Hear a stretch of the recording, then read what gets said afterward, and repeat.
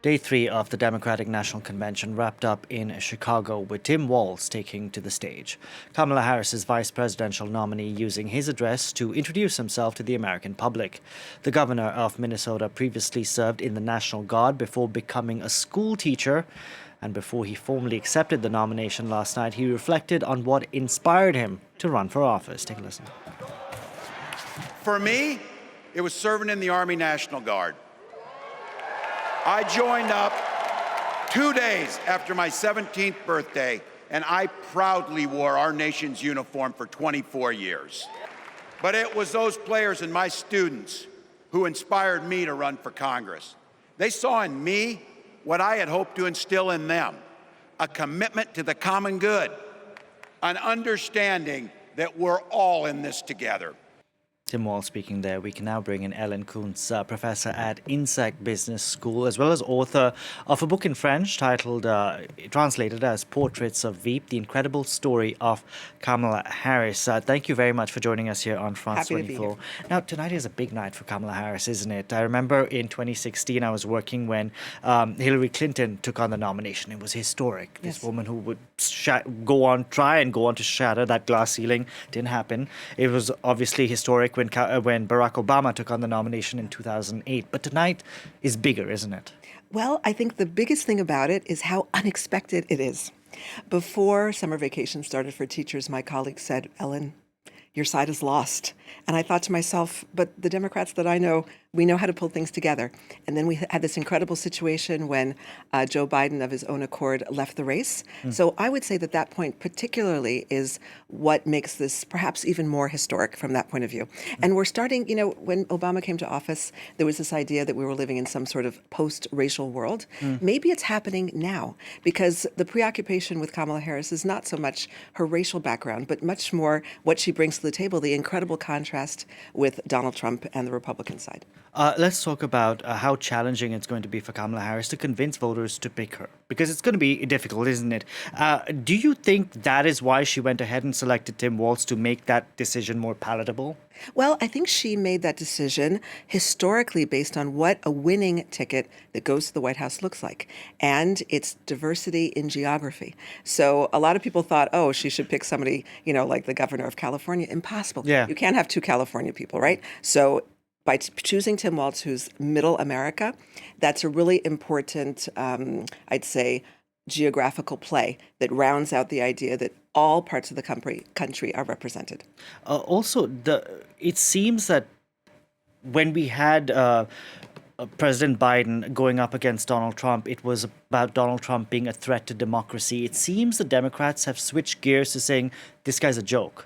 He's weird. Yes, and those words tended to really resonate. And by the way, I think it does resonate more, doesn't it? That was Tim Walz's coined line, and he used it again last night. He said, "They're weird, they're wrong, and they're dangerous." And he had a lot of facts to back it up. So what's really interesting is how the media tide has finally turned away from Donald Trump. It's taken 9 years for the media to not be obsessed with every word that Donald Trump says and every tweet or social that he posts. So I think that that's the incredible thing about what happened in the last month is so much of the media energy has gotten behind this Democratic ticket.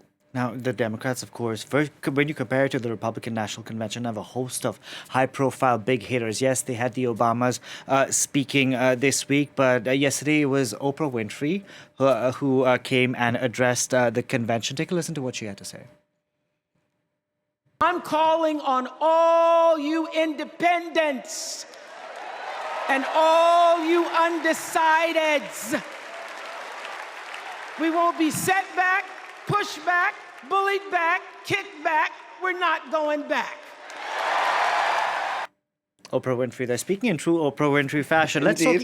It seems that also another thing the Democrats are doing is positioning this election as one about the future versus the past, because it seems when it comes to the Republicans in terms of abortion rights or taking on gay rights, all these things, they want to take the country further and further back. Is that a fair assessment? It's a very fair assessment, and it's based on what they have written and what they have agreed that they're going to back. Project 2025. Project 2025, but even a shorter version, which is the Republican their platform. Their platform this year is only 16 pages long, but it's like miniature excerpts of Project 2025. It's very curious, this idea that they've lost what the country wants.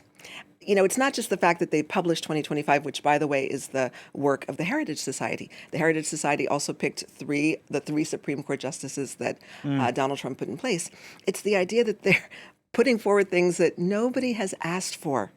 Women are not asking for less reproductive care. They're asking for more reproductive care. So they're really missing the plot line on a lot of these things.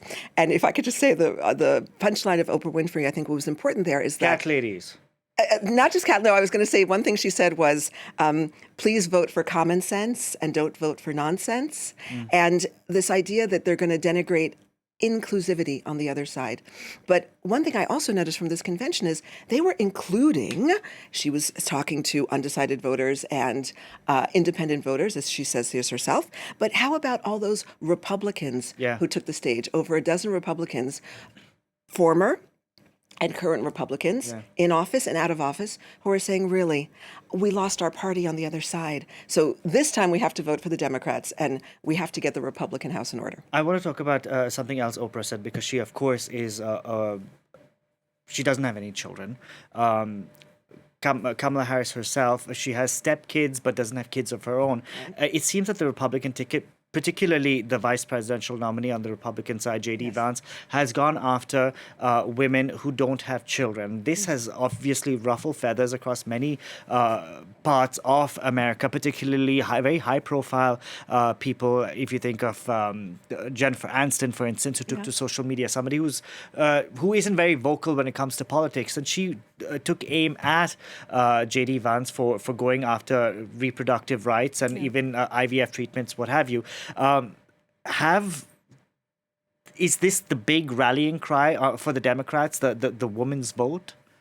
Well, I'd say it's more the women's rights, which is to say, in this generation, we don't have to count just on women to be in favor of women's rights and women's health. And I think women with and without children are very offended, not just by the statement, but by the idea that your womanhood is totally based on your childbearing.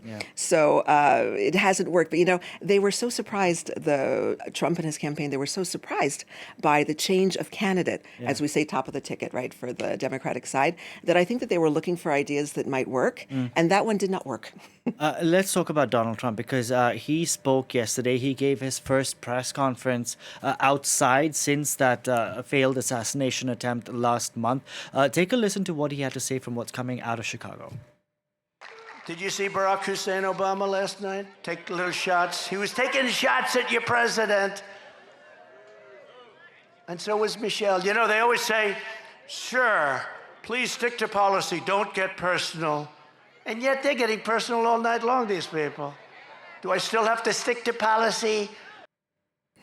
There you heard that reaction from Donald Trump. But Donald Trump, as you said, his campaign has been upended, but it's also he's trying to find his footing when it comes to taking on Kamala Harris, because now in the past 2-3 days he started calling her Comrade Harris, alleging that she's a communist for some reason. He's mispronounced her name incessantly, taken on her laugh. What's he got? Well, notoriously, he doesn't follow the advice of his lawyers. And in this case, he's not taking the advice of his political advisors. In fact, he's kind of playing with them, mocking them right there. I really question how much Donald Trump really wants this job. What I mean by that is he wanted to beat Joe Biden specifically, Joe Biden personally. It was very personal to him.